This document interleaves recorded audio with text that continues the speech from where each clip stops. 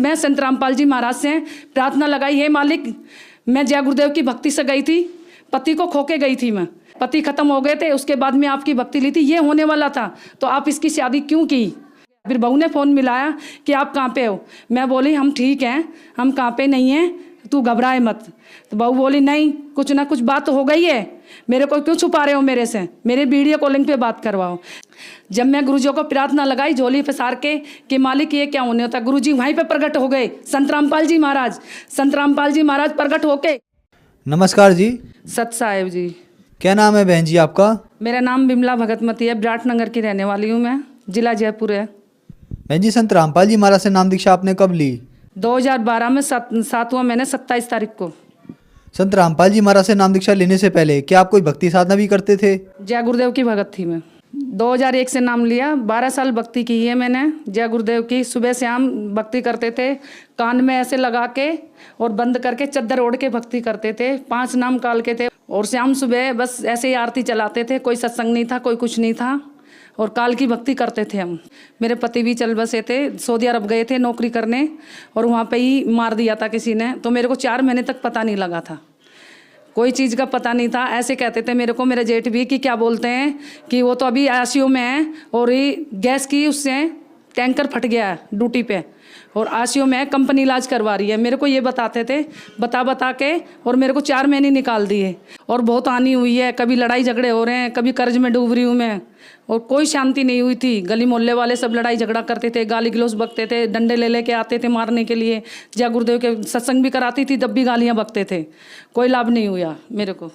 बहन जी, आपने बताया कि जय गुरुदेव की भक्ति से आपको कोई लाभ नहीं मिले। आपके पति सऊदी अरब काम करने के लिए गए थे, वहाँ उनकी डेथ हो गई, आपको 4 महीने तक डेड बॉडी भी नहीं मिली। तो फिर संत रामपाल जी महाराज की शरण में आप कैसे आए? भगत जी थे, उनके घर दंडोत करने गई, मेरे को एकदम से परमात्मा की दया हुई, संत रामपाल जी की, पता नहीं कैसे चले गई मैं, मेरे को पता भी नहीं था। पागलों की तरह घूमती घूमती पागल हो रही थी मैं, रोती रहती थी रात दिन, और मेरे को कुछ नहीं दिखता था, कुछ भी अच्छा नहीं लगता था। पानी पीती थी, सिर्फ 40 दिन तक मैंने पानी के सत रही थी मैं, और अंदर ही अंदर घर में लेटी रहती थी, बैठी रहती थी, कुछ भी नहीं दिखता था मेरे को, और ऐसे पागलों की तरह रोती रहती थी। मेरे पास कोई नहीं, मेरे को कोई सहारा देने वाला नहीं था, कुछ नहीं था, कोई नहीं बताया मेरे को, आके बैठ जाते थे, चले जाते थे सब। इसलिए फिर मैं गई संत रामपाल जी की शरण में, जिन भगत जी ने नाम ले रखा। फिर वहाँ दंडोतम प्रणाम करके मैं प्रार्थना लगाई कि क्या बोलते हैं, रामपाल महाराज, मैं आपकी शक्ल देखी हूँ, आपका नाम सुन रही हूँ, मैं आपको दंडोत करके जा रही हूँ, आप, मेरा पति मरा है या जिंदा है, कोई भी मार दिया, क्या घटना हुई है, उसको मेरे सामने ला दो आप, आपकी शक्ति जब जानूंगी मैं नाम ले लूँगी आपका।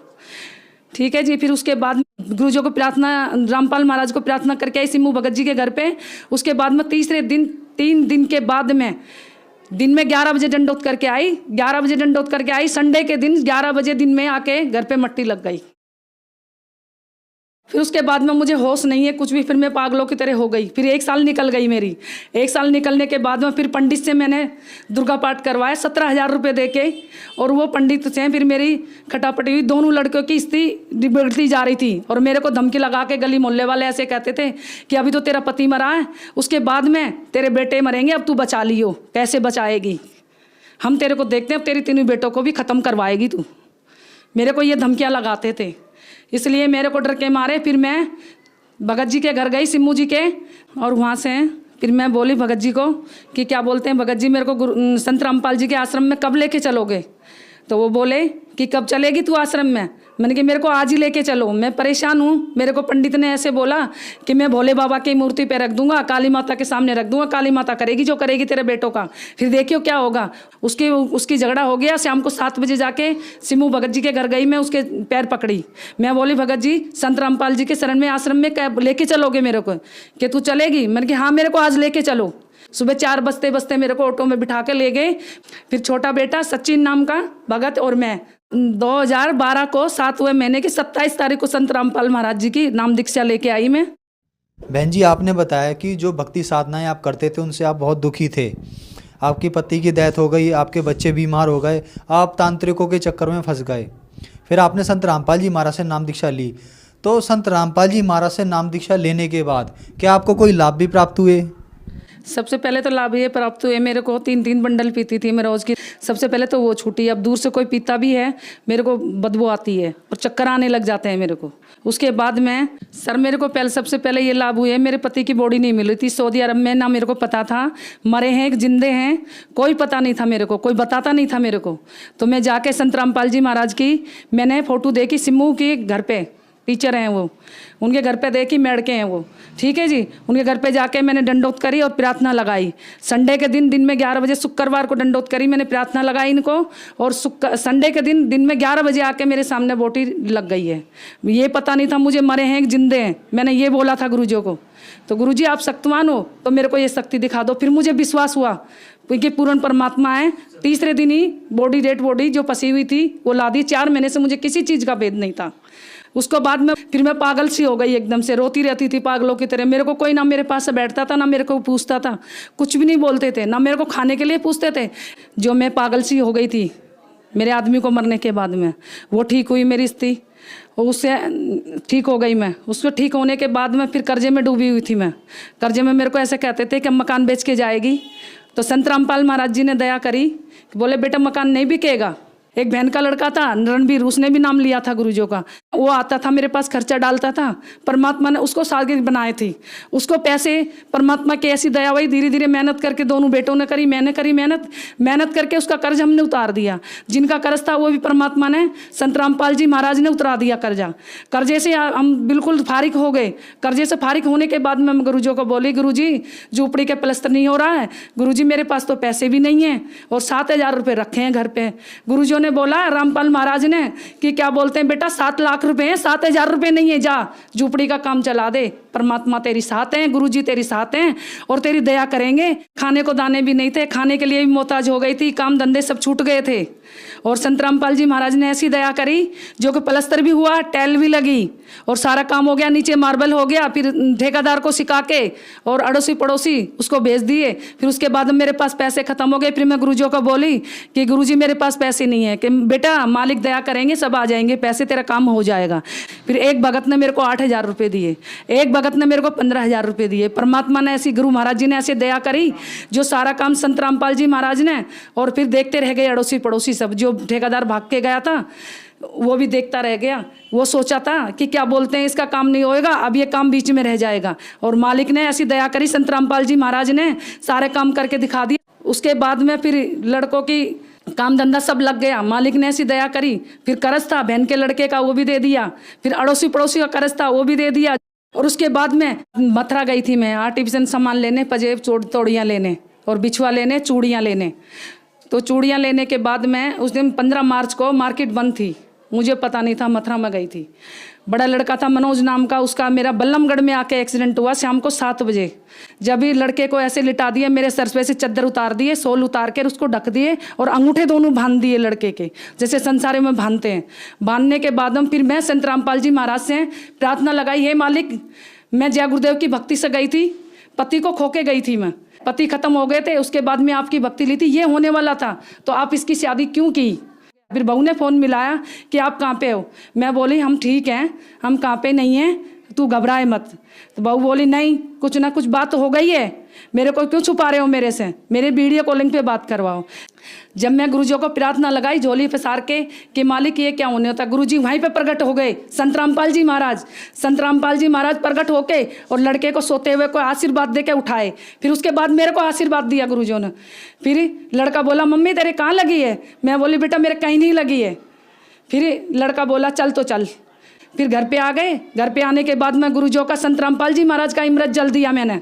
इमृत जल देने के बाद में गुरुजियों को दंडोतम प्रणाम करके और इमृत जल दिया। फिर 5 बजे तक लड़का सोता रहा।